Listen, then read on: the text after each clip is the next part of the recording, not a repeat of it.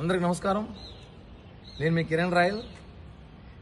గత 2 రోజులుగా నా పైన వైసీపీ పేటీఎం గారు చేస్తున్న ఆరోపణలు కానివ్వండి, లేదా ముగిసిపోయిన కథని తీసుకొచ్చి మళ్ళీ మొదటి పేజీ తెరిచి మళ్ళీ మీరు నన్ను నా గొంతు నొక్కాలని ప్రయత్నం చేస్తున్న సంగతి నాకు తెలుసు.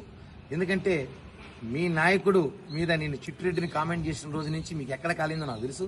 దాన్ని మీరు నన్ను గొంతు నొక్కాలని ప్రయత్నంలో ఎప్పుడో 10 ఏళ్ల క్రితం సెటిల్ అయిపోయిన విషయాన్ని కూడా తీసుకొచ్చి ఆర్థిక లావాదేవీల్ని రాజకీయం చేయడము మీ పార్టీకి తగునరా బాబు.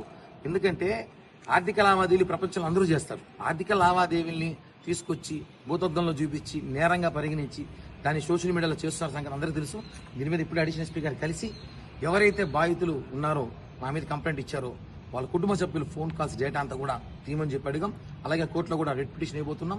వాళ్ళు గత 4-5 రోజులుగా ఎవరితో టచ్లో ఉన్నారు, ఎవరెవరితో మాట్లాడుతున్నారు, ఎవరెవరితో డీల్ అన్నీ కూడా మాకు డేటా ఉంది. అఫీషియల్గా వెళ్తున్నాం.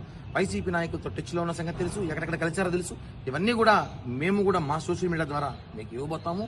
ఎందుకంటే రాజకీయం ఉందాతనం చేయాలి, కానీ ఆడవాళ్ళు పెట్టి రాజకీయం చేయడం మీకు ఇప్పటి నుంచి అలవాటే కాబట్టి చెప్తున్నాను. హైకోర్టులో ఉన్న ఫోన్ నా ఫోన్లో కేసు హైకోర్టులో జరుగుతుంది. ఆ విషయం మీకు తెలుసు తెలీదు. పేటీఎం గాలికి 2 సంవత్సరాలు హైకోర్టులో నా కేసు జరుగుతుంది. నా ఫోన్లు తీసుకేసి నా ఫోటోలు మార్పింగ్ చేసి నన్ను బెదిరించే సంగతి మీ అందరికీ తెలుసు.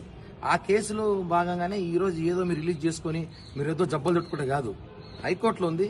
ఎవరెవరైతే సోషల్ మీడియా, ఇన్స్టాగ్రామ్, ట్విట్టర్ ఎవరైతే నా మీద పెడుతున్నారో వాళ్ళందరూ కూడా